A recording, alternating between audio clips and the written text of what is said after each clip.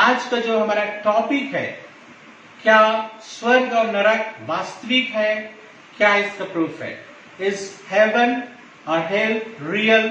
What is the proof? How can be sure that there is a heaven or hello?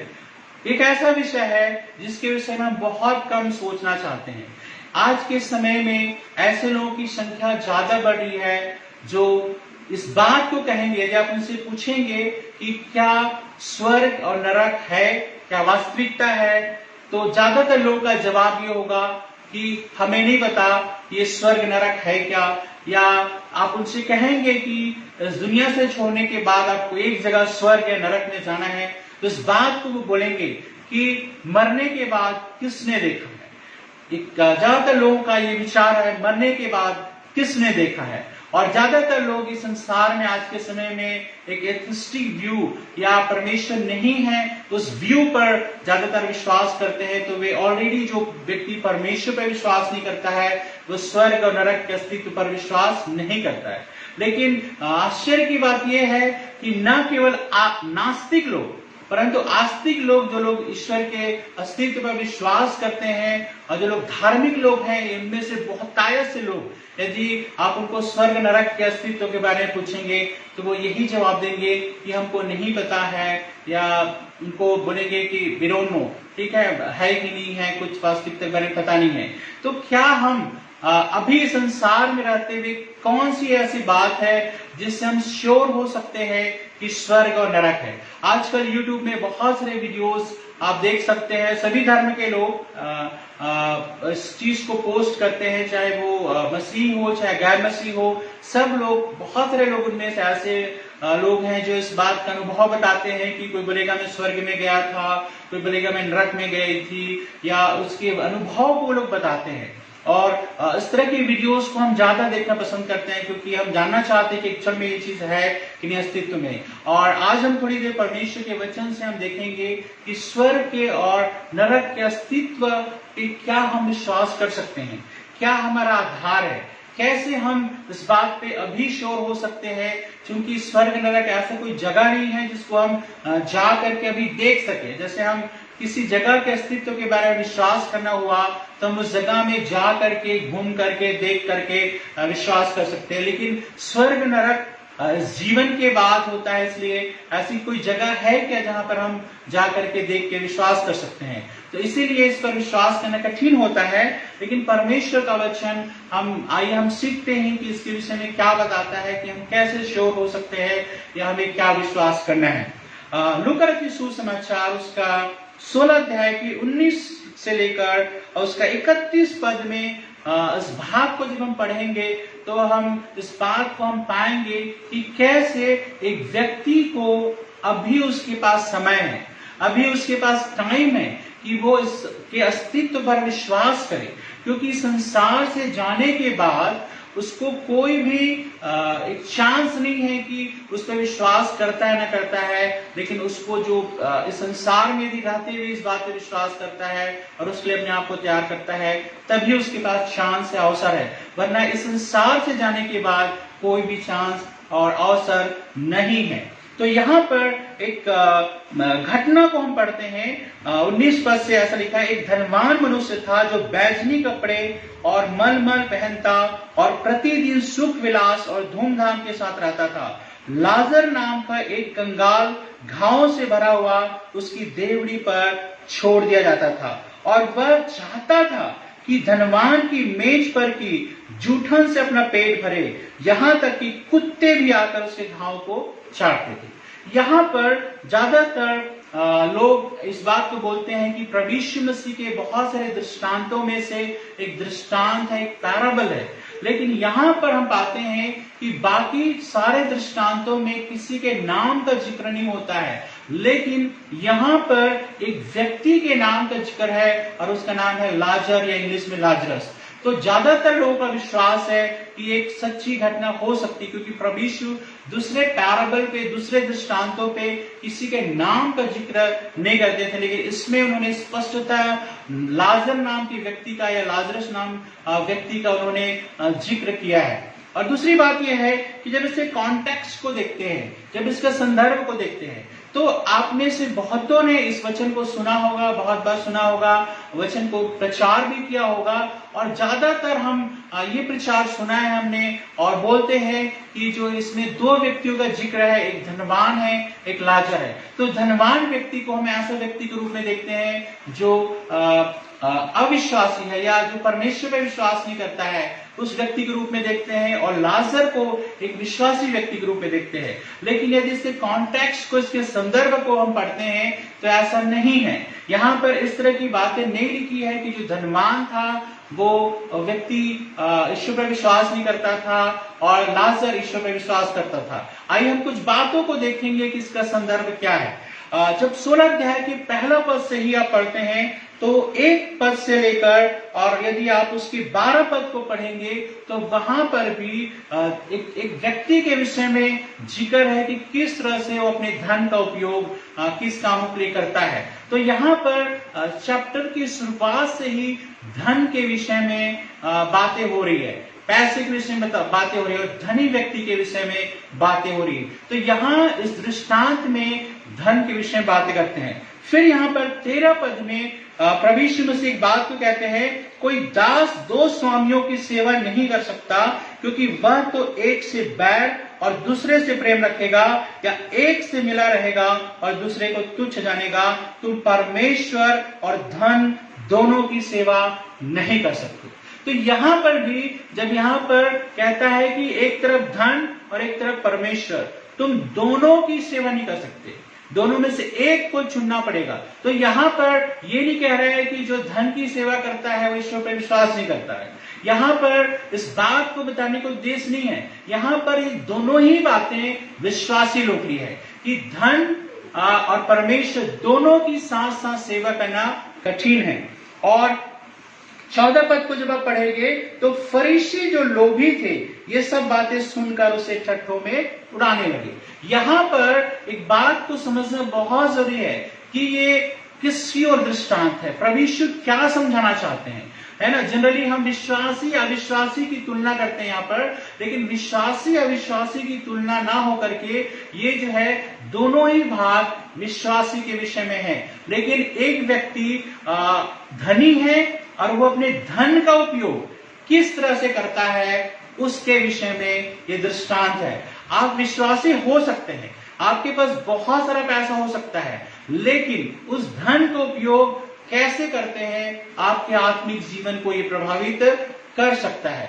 और बहुत बार ऐसा देखने में सुनने में आया है कि लोग जो है लोगों की जो अंडरस्टैंडिंग है, प्रभु यीशु मसीह के समय में देखा जाए तो इवन प्रभु यीशु के चेले भी और जो शास्त्री और फरीसी जो है ओल्ड टेस्टामेंट की या पुराने नियम की इस बात पे, थ्योलॉजी पे, धर्म ज्ञान पे विश्वास करते थे। उनका विश्वास था कि जो धन है, जो बहुत सारा पैसा है, वो परमेश्वर की ओर से आशीष है, और जिसके पास बहुत सारा पैसा है उसके जीवन में परमेश्वर का फेवर है या अनुग्रह है। और जिनके पास धन नहीं है, जिनके पास पैसा नहीं है, वो उनके जीवन में इसका फेवर नहीं है, या गरीब है, वो परमेश्वर के अनुग्रह से वंचित है। इस तरह की विचारधारा उनमें पाई जाती थी। तो यहाँ पर हम परमेश्वर के वचन को जब हम सीखेंगे और इसमें हम देखेंगे कि यहाँ पर प्रभु यीशु मसीह किस बात को बताना चाहता है। तो यहाँ पर आप मुझसे कहेंगे, आप स्वर्ग की नरक की बात शुरू करके आपने यहाँ पर धनवान और धन का उपयोग कैसे करना चाहिए इसके विषय में आप बातें बताने लगे। लेकिन इस वीडियो को पूरा देखें, इस लाइव टेलीकास्ट को पूरा देखें, तब आपको समझ में आएगा एक्चुअल में इसका बैकग्राउंड क्या है और परमेश्वर हमें क्या बातें सिखाना चाहता है। क्योंकि आपने बहुत बार इसमें से वचन सुना है, लेकिन एक अलग दृष्टिकोण परमेश्वर हमें आज देना चाहता है। तो जैसे मैंने कॉन्टेक्स्ट के विषय में बताया कि कॉन्टेक्स्ट इससे कहता है कि एक विश्वासी व्यक्ति भी जो बहुत धनी है, वो अपने धन का उपयोग किस तरह से करता है, वो परमेश्वर के न्याय के दिन उसका लेखा उसको देना होगा। और इस बात का जिक्र यहाँ पर है। यहाँ पर इस व्यक्ति के विषय में जिक्र नहीं है जो अविश्वास करता है या विश्वास करता है। तो जैसे शुरू में हमने पढ़ा 19 पद में, यहाँ पर एक धनवान मनुष्य था जो बैजनी कपड़े पहनता और मलमल पहनता और प्रतिदिन सुख विलास और धूमधाम के साथ रहता था। यहाँ पर हम परमेश्वर के वचन में सबसे पहला जब ये घटना स्टार्ट होती है, वहां पे एक व्यक्ति को हम पा रहे हैं, जो व्यक्ति जिसका नाम का जिक्र नहीं है, लेकिन वो बहुत ही धनवान व्यक्ति है। और शायद लोग उसके विषय में सोचते होंगे कि ये परमेश्वर के अनुग्रह इसके जीवन में है, इसलिए बहुत ही धनवान है। और वो क्या करता है, बैजनी कपड़े पहनता और मलमल पहनता था। ये उस समय की जो है एक प्रकार से इस बात को दिखाने के लिए है कि किस तरह से अपने धन का उपयोग वो कर रहा है, कितनी अपनी प्रतिष्ठा को दिखाने का, कपड़ा एक प्रतिष्ठा दिखाने का प्रश्न उस समय होता था। प्रतिदिन सुख विलास और धूमधाम के साथ रहता था। देखिए अपने धन का उपयोग क्या कर रहा है, वो अच्छे से कपड़े पहनने, और कहते हैं धूमधाम सुख विलास, इतनी सारे साधन वो ले सकता है दुनिया की, वो सब कुछ ले रहा है और धूमधाम के साथ वो रह रहा है। तो यहाँ पर उसका अपना धन है, किसी ने दिया नहीं है, स्पष्ट नहीं है कि उसने गलत तरीके से कमाया है, ये भी नहीं है। लेकिन यहाँ पर बताया गया कि वो अपने धन का उपयोग जो उसके पास है वो किस तरह से कर रहा है, अपने ऐशो आराम और बहुत ज्यादा सुख विलास में कर रहा है। बहुत सारे लोग उसको एक पापी व्यक्ति के रूप में दिखाते हैं और बोलते हैं, यहाँ पर ऐसा नहीं लिखा है कि वो क्या गलत काम करता था, या क्या वो पाप करता था, व्यभिचार करता था, या दूसरी चीजों को करता था। कई बार स्पेकुलेट करते हैं लोग कि इस तरह के धनी लोग इस तरह के काम करते हैं, इसलिए ये कर रहा होगा। लेकिन प्रभु यीशु मसीह ने यहाँ पे स्पष्ट रीति से नहीं बताया, इतना बताया कि वो अपने धन का उपयोग केवल अपने लिए, अपने ऐशो आराम के लिए, अपनी खुशी के लिए, अपने आनंद के लिए वो कर रहा था। और दूसरे क्या पाप कर रहा था इसके विषय में यहाँ पे जिक्र नहीं है। और यहाँ पर 20 पद में लिखा है, लाजर नाम का एक कंगाल घावों से भरा हुआ उसकी देवड़ी पर छोड़ दिया जाता था, और वह चाहता था कि धनवान की मेज पर की जूठन से अपना पेट भरे, यहाँ तक कि कुत्ते भी आकर उसे घावों को चाटते थे। देखिए जैसे मैंने बताया कि शुरू में अंडरस्टैंडिंग लोगों की ये थी कि जो बहुत धनवान है उसके जीवन में परमेश्वर की आशीष है, लेकिन जो धनवान नहीं है या जो कंगाल है वो उसके जीवन में हम जो है श्राप को देखते हैं। आज भी ऐसा होता है, आज भी बहुत सारे ऐसे भविष्यवक्ता हैं, ऐसे परमेश्वर के दास हैं, सेवक हैं, जिस बात पे बहुत ज्यादा जोर देते हैं और कहते हैं कि यदि आपको धनवान होना है तो परमेश्वर के पास आओ, या आपको बहुत यीशु के पास आओगे बहुत सारा लग्जरियस लाइफ जीने को मिलेगा। और आज के समय में बहुत सारे परमेश्वर के दास और सेवक भी इस बात को दिखाने के लिए कि देखो परमेश्वर के बेटे और बेटी हैं, किस तरह से लग्जरियस लाइफ पे विश्वास करते हैं और अपने धन का उपयोग अपनी लग्जरी के लिए करते हैं। यहाँ पर और ऐसे माना जाता है लोगों का विश्वास, मैं नहीं कह रहा हूँ, बाइबल बताती है, मैं ऐसा विश्वास करता हूँ कि जिसके पास आर्थिक रूप से समस्या में है, कठिनाई में है, उसके जीवन में परमेश्वर का श्राप है, यही सिखाया जाता है। लेकिन यहाँ पर लाजर नाम की इस व्यक्ति को जब हम देखते हैं तो वहां पर कहता है वो कंगाल है, और कहता है घाव से भरा हुआ, बीमार है, और जो है कहता है किसी के देवड़ी पर, मतलब किसी के घर के बाहर जो है उसको छोड़ दिया जाता है। और उसके खाने का जो साधन है वो ये है कि जो कुछ भी धनवान जो है उसकी मेज पर से जो भी चीज बच जाता है, फेंक दिया जाता है, उससे वो अपना पेट भरता था। देखिए यहाँ पर एक कॉन्ट्रास्ट को देख सकते हैं कि एक तरफ इतना धनवान है कि अपने जीवन की सारे सुख विलास की चीजें ले सकता है, लेकिन दूसरी तरफ वो एक व्यक्ति है जो कंगाल है, जिसके पास खाने को नहीं है, जिसके पास अपनी बीमारी का इलाज करने को नहीं है, और इस तरह की चीजें हैं। तो जनरली हम कैसे देखेंगे? जनरली हम धनवान को परमेश्वर के द्वारा आशीषित व्यक्ति के रूप में देखेंगे और कंगाल को श्रापित व्यक्ति के रूप में देखेंगे। लेकिन यहाँ पर इसके ऑपोजिट है। यहाँ पर जब हम परमेश्वर के वचन को पढ़ते हैं तो यहाँ पर धनवान व्यक्ति की गलती क्या है? वो अविश्वासी नहीं है, वो ऐसा नहीं है कि वो परमेश्वर पर विश्वास नहीं करता है। यहाँ पर आगे जब हम पढ़ेंगे तो इस बात को हम समझेंगे। तो यहाँ पर लिखा है 22 पद में, और ऐसा हुआ कि वह कंगाल मर गया और स्वर्गदूतों ने उसे लेकर अब्राहम की गोद में पहुंचाया।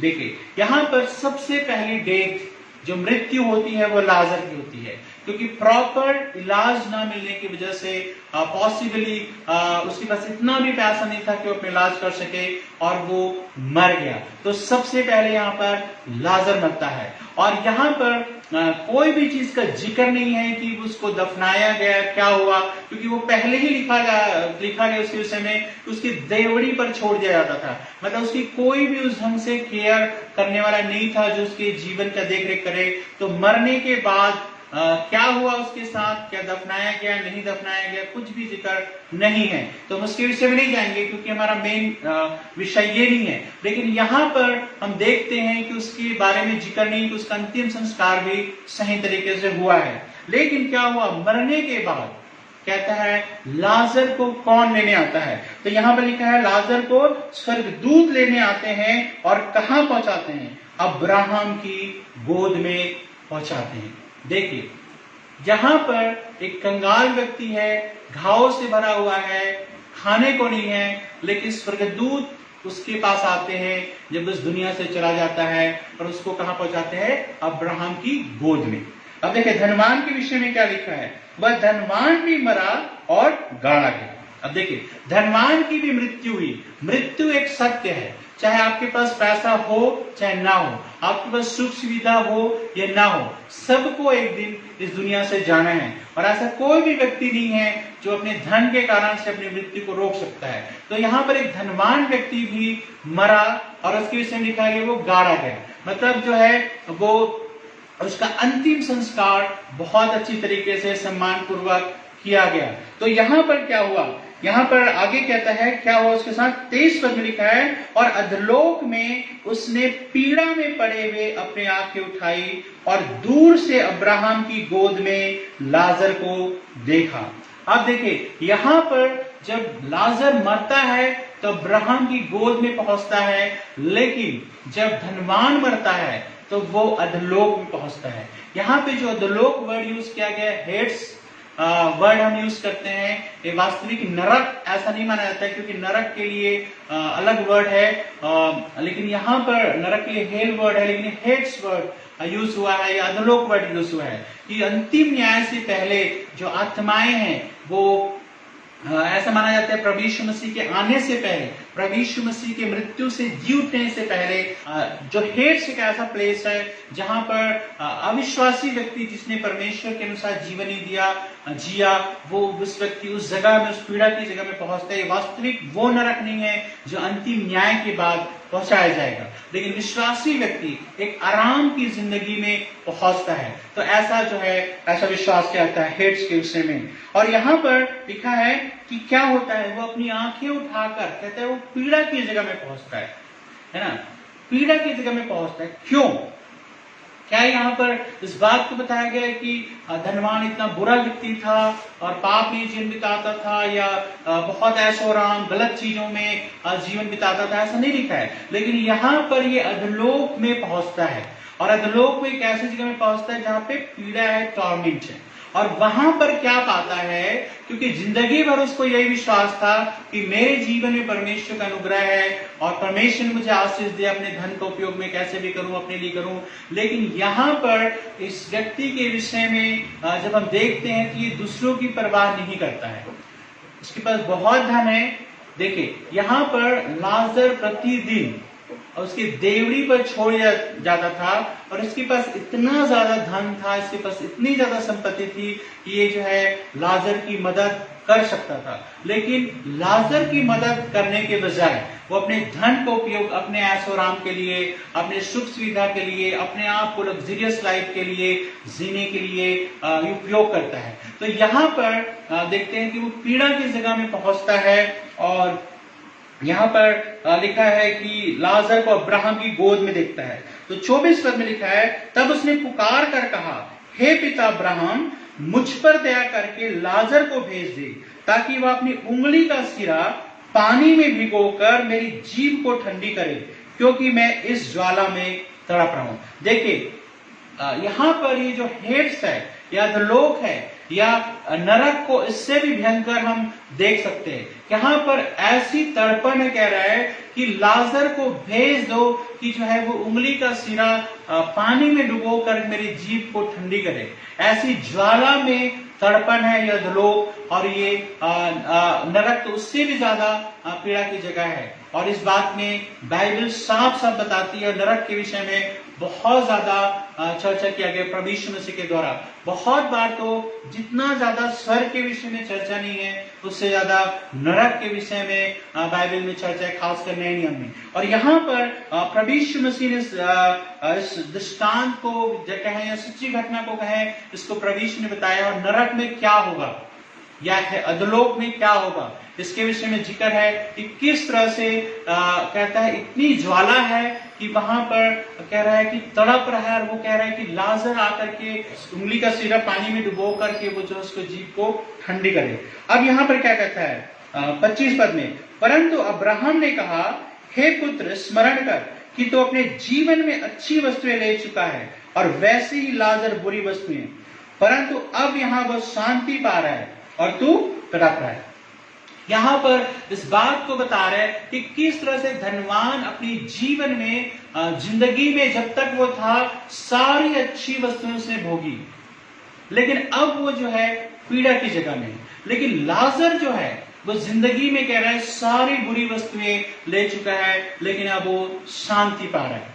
बहुत सारे लोग मुझसे कहेंगे आप गलत सिखा रहे हो, ये अविश्वासी विश्वासी के विषय में है। लेकिन मैं आपको याद दिला दूं, यदि मत्ती रचित सुसमाचार उसकी 25 अध्याय को जब आप पढ़ते हो तो वहां पे कहता है जब न्याय के दिन प्रभु यीशु मसीह आएंगे तो क्या होगा। देखिए मैं आपके सामने पढ़ देना चाहूंगा। यदि आप 31 से लेकर मत्ती रचित सुसमाचार 31 से लेकर 25 अध्याय के 31 से लेकर यदि 45 वर्ष को जब आप पढ़ोगे तो वहां पर प्रभु यीशु मसीह ने कहा कि जब अपनी महिमा में स्वर्गदूतों के साथ आएगा तो प्रभु यीशु मसीह क्या करेगा, भेड़ों को बकरियों से अलग करेगा।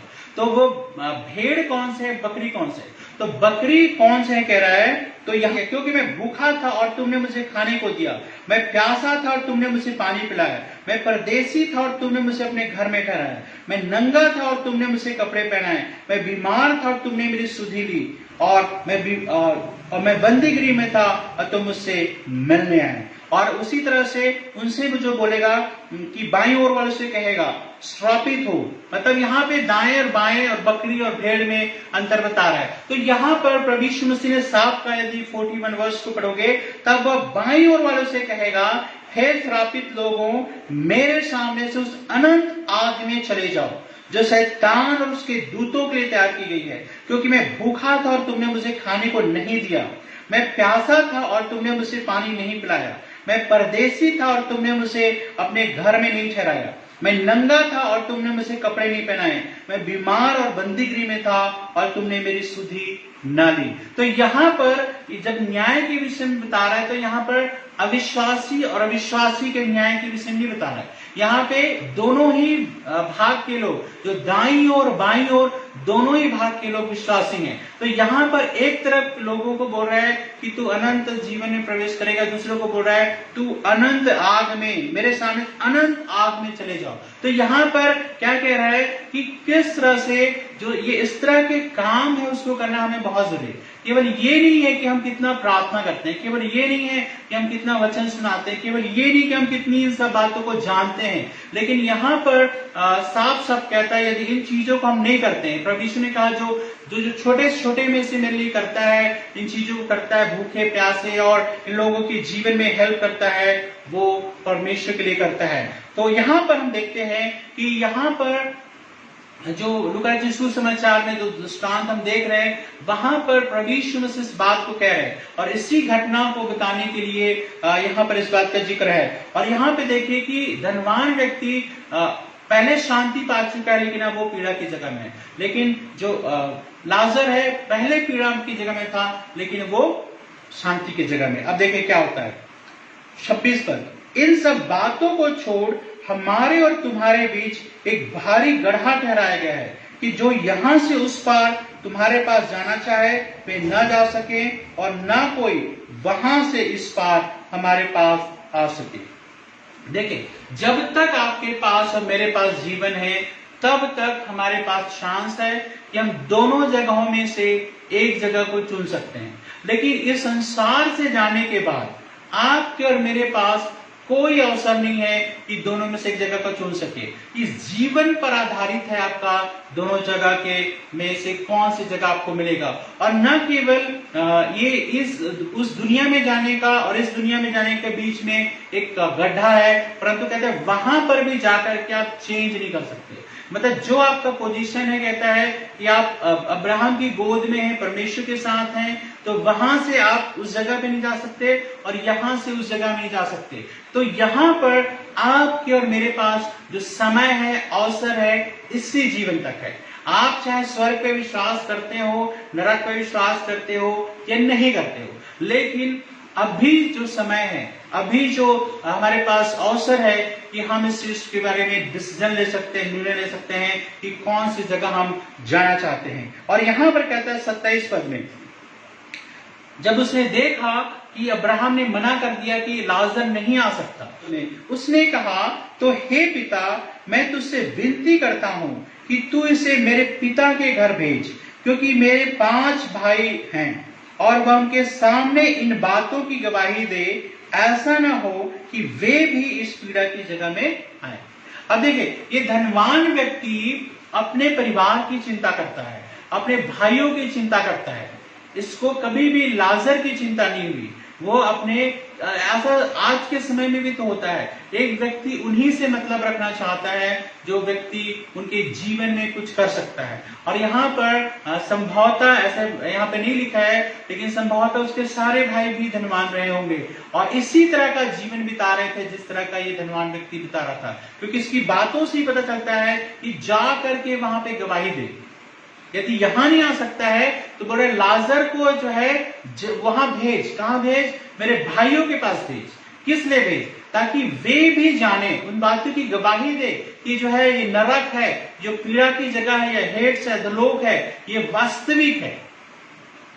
यहाँ पे हम हेड्स क्या है, अधोलोक क्या है, नरक क्या है, इसके विषय में चर्चा हम करने के लिए, स्पष्टता चर्चा करने के लिए नहीं है, लेकिन यहाँ पर अधोलोक भी और नरक भी दोनों ही पीड़ा की जगह को हम देख सकते हैं। तो यहाँ पर अधोलोक एक ऐसी पीड़ा की जगह है जहां पर अभी अंतिम न्याय नहीं हुआ है, लेकिन ये भी एक पीड़ा की जगह है। तो यहाँ पर लिखा है कि मैं तुमसे विनती करता हूँ, उसे पिता के घर भेज दे। यदि वो इस बात को साफ साफ बता रहे हैं, उसके भाई भी इस बात पर विश्वास नहीं करते थे कि कोई भी ऐसी जगह स्वर्ग है, नरक है, तो क्या करेगा? कोई कहता है जो मर के कोई जी उठेगा, या ये लाजर जो मर गए, सबको पता है, मेरे भाइयों को पता है कि लाजर मर गए हैं, और जब ये जा करके उनको गवाही देगा कि ऐसा वास्तविक जगह है, तो वो क्या करेंगे? वो लोग विश्वास करेंगे, क्योंकि वो नहीं चाहता था कि उसके भाई भी पीड़ा की जगह में आए, है ना। बहुत बार हमने परिवारों की चिंता तो करते हैं, हम अपने रोगों की चिंता तो हम करते हैं, लेकिन क्या हम दूसरों की चिंता करते हैं?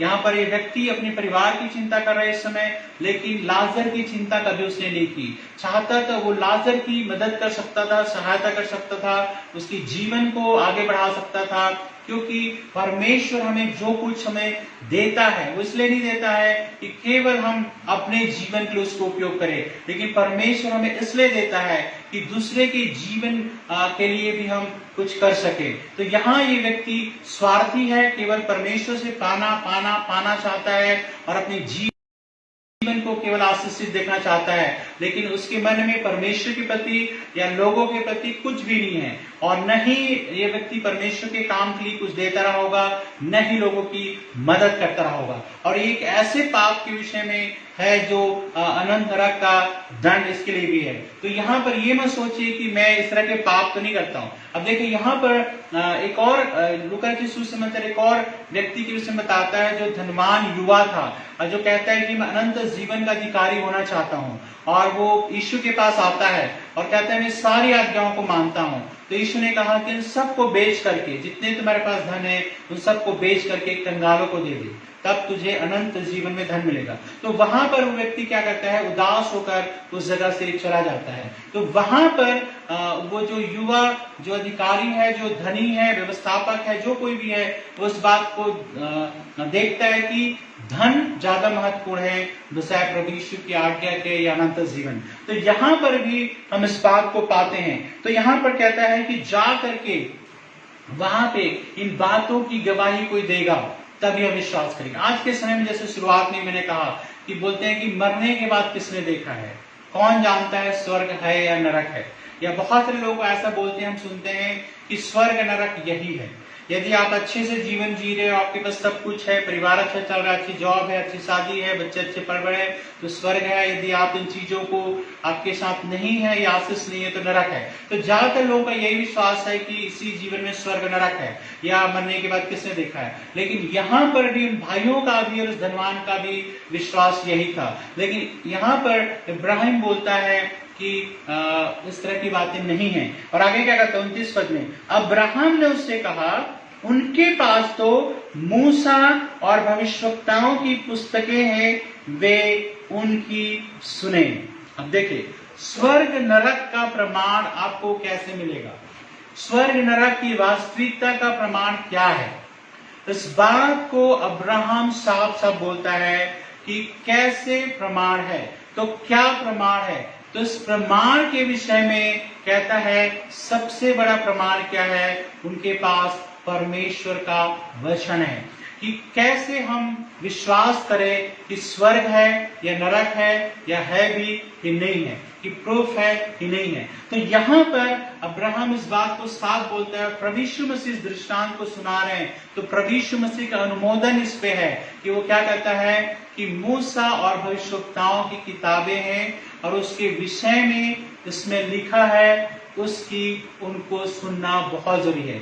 ऐसा नहीं कि कोई मरे हुए में से जाकर कोई उठ करके जी करके कोई उनको बताएगा तब उनको विश्वास करना है। लेकिन यहाँ पर परमेश्वर का वचन इस बात को जोर देता है। आज हम किस बात पे जोर देते हैं कि कोई मर गया है, वो जी उठेगा और वो बताएगा तब हम विश्वास करेंगे। लेकिन बाइबल हमें क्या बताती है, हमें परमेश्वर के वचन पर विश्वास करना है कि बाइबल में या परमेश्वर के वचन में लिखा है। जब हम दूसरी बातों पर विश्वास करते हैं तो हमें विश्वास करना होगा कि स्वर्ग भी है और नरक भी है, क्योंकि परमेश्वर का वचन इस बारे में शिक्षा देता है। तो आप ऐसा नहीं बोल सकते हैं कि मुझे इसके विषय में पता नहीं था।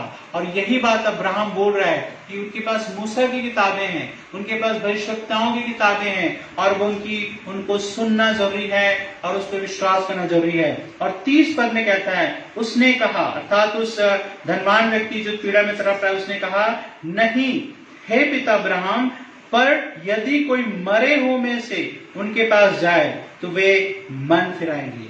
देखिए यहाँ पर वो धनवान व्यक्ति क्या बोल रहा है कि वो वचन पर विश्वास नहीं करते हैं, वो वचन पर विश्वास नहीं करेंगे। लेकिन यदि कोई मरा हुआ व्यक्ति जो है जा करके बताएगा कि देखो मैं नरक में गया था, देखो मैं स्वर्ग में गया था, तब जा करके मेरे भाई विश्वास करेंगे। तो इस बात को बताता है। तो यहाँ पर मन फिराएंगे। तो यह 31 पद में कहता है, उसने उससे कहा, जब वे मूसा और भविष्यवक्ताओं की नहीं सुनते तो यदि मरे हुए में से कोई जीव उठे उसकी भी नहीं मानेंगे।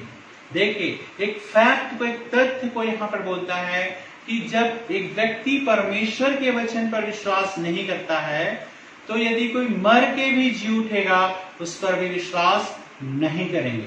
तो यहाँ पर इस बात को साफ साफ कहता है कि क्या हमें नरक और स्वर्ग पर विश्वास करने के लिए केवल लोगों की गवाहियां काफी है, या लोग जो मर गए थे और वो गवाहियां देते हैं कि मैं इस जगह पे स्वर्ग नरक में गया था, उसकी बातों को लोग विश्वास करेंगे? ऐसा पॉसिबल नहीं है। आज के समय में भी हम देखते हैं कि लोग विश्वास नहीं करते। यीशु मसीह के विषय में हम देखते हैं कि किस तरह से मरे हुए में से जी उठे।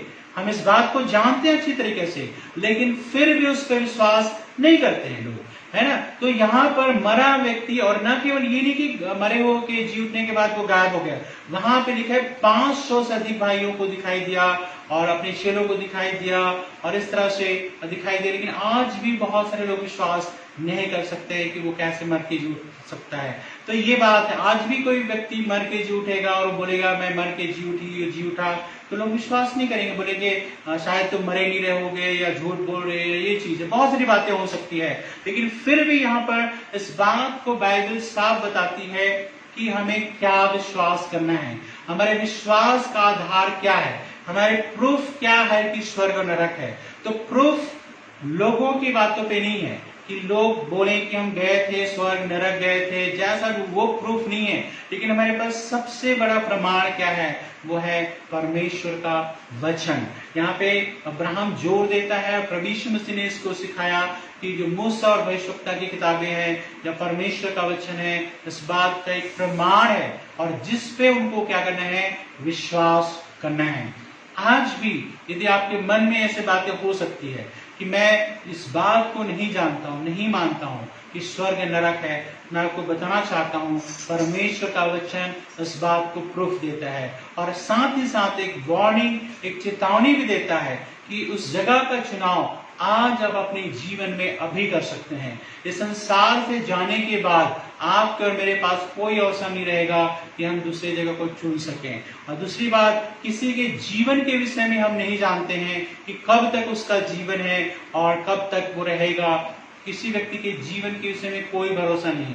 तो आज ही अपने जीवन को तैयार करें और प्रभु यीशु मसीह ने हम सबके पापों के लिए अपना लहू बहा करके हमारे पाप क्षमा का अनुभव हमें दिया है। पाप क्षमा के लिए उसने अपना बलिदान किया है, मर के जी उठे हैं और जो कोई उस पर विश्वास करते हैं, लिखा है अनंत जीवन के अधिकारी होते हैं। जब हम उस पर विश्वास करके परमेश्वर के वचन के साथ जीवन जीते हैं, परमेश्वर इस वचन के द्वारा आपके और मेरे जीवन में हमारी आंखों को खोल नहीं पाए कि शैतान ने आपके और मेरे आंखों को अंधी कर दिया। जो बोलते हैं कि कोई स्वर्ग नरक है ही नहीं, कैसे हमें नहीं पता है, या मरने के बाद किसने देखा है, या हम नहीं जानते हैं। लेकिन ये वास्तविकता है और परमेश्वर इस पीड़ा की जगह से आपको और मुझको बचाना चाहता है।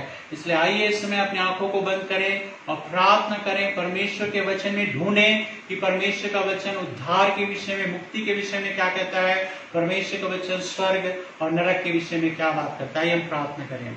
परमेश्वर पिता, आप इस समय पिता हमने आपके वचन को सुना है और प्रभु जी आपका वचन इस बात पर स्पष्टतया कहता है कि प्रभु हमें परमेश्वर के वचन पर भरोसा रखना है कि प्रभु एक ऐसा जगह है जो स्वर्ग है, ऐसा जगह है जो नरक है। और स्वर्ग प्रभु आनंद की जगह है, शांति की जगह है, लेकिन जो नरक है वो पीड़ा की जगह है, जहां पर एक बार पहुंचने के बाद व्यक्ति कभी वापस नहीं आ सकता है। और आज संसार में जब तक हैं, आपने प्रभु हमारे लिए एक अवसर दिया है कि हम इसके विषय में जाने, विश्वास करें। धन्यवाद करते प्रभु यीशु, आपने अपने बलिदान को दे करके हमारे अनंत जीवन को, स्वर्ग को उपलब्ध कराया है और हम पीड़ा की जगह में हम नहीं जाएंगे प्रभु। और इस बात का हम विश्वास करते हैं, आपके वचन की लिखी हुई एक एक बातों पर हम विश्वास करते हैं। धन्यवाद प्रभु जी, तेरे नाम की महिमा हमारे जीवन के द्वारा होने पाए।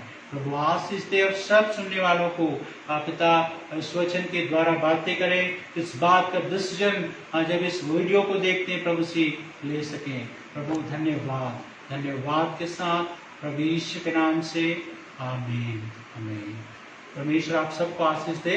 इस समय परमेश्वर पिता का प्रेम, प्रभु यीशु का अनुग्रह और पवित्र आत्मा की सहभागिता हमने से हर एक के साथ होती रहे। यदि आप इस वीडियो को देखते हैं और आपको ये वीडियो पसंद आता है तो आप इसको दूसरों को शेयर कर सकते हैं। साथ ही साथ हमारे YouTube चैनल दोने जी प्रेयर हाउस को ज्यादा से ज्यादा लोगों तक शेयर करें ताकि परमेश्वर का वचन आप सीख सके। इस वीडियो को भी देखें, यदि आपको समझ नहीं आता है आप दोबारा देखें। और यदि आप के मन में सवाल है आप हमसे पूछ सकते हैं। यदि आपके पास कुछ भी प्रार्थना निवेदन है आप हमें भेज सकते हैं, हम आपके लिए प्रार्थना करेंगे। और साथ ही साथ आपके मन में कुछ भी सवाल प्रश्न है तो आप हमसे पूछ सकते हैं। और प्रभु आप सबको आशीष दे। इस YouTube चैनल दोने जी प्रेयर हाउस के और भी दूसरे वीडियोस को देख करके आप परमेश्वर का वचन सीख सकते हैं। परमेश्वर आप सबके जीवन में आशीष दे।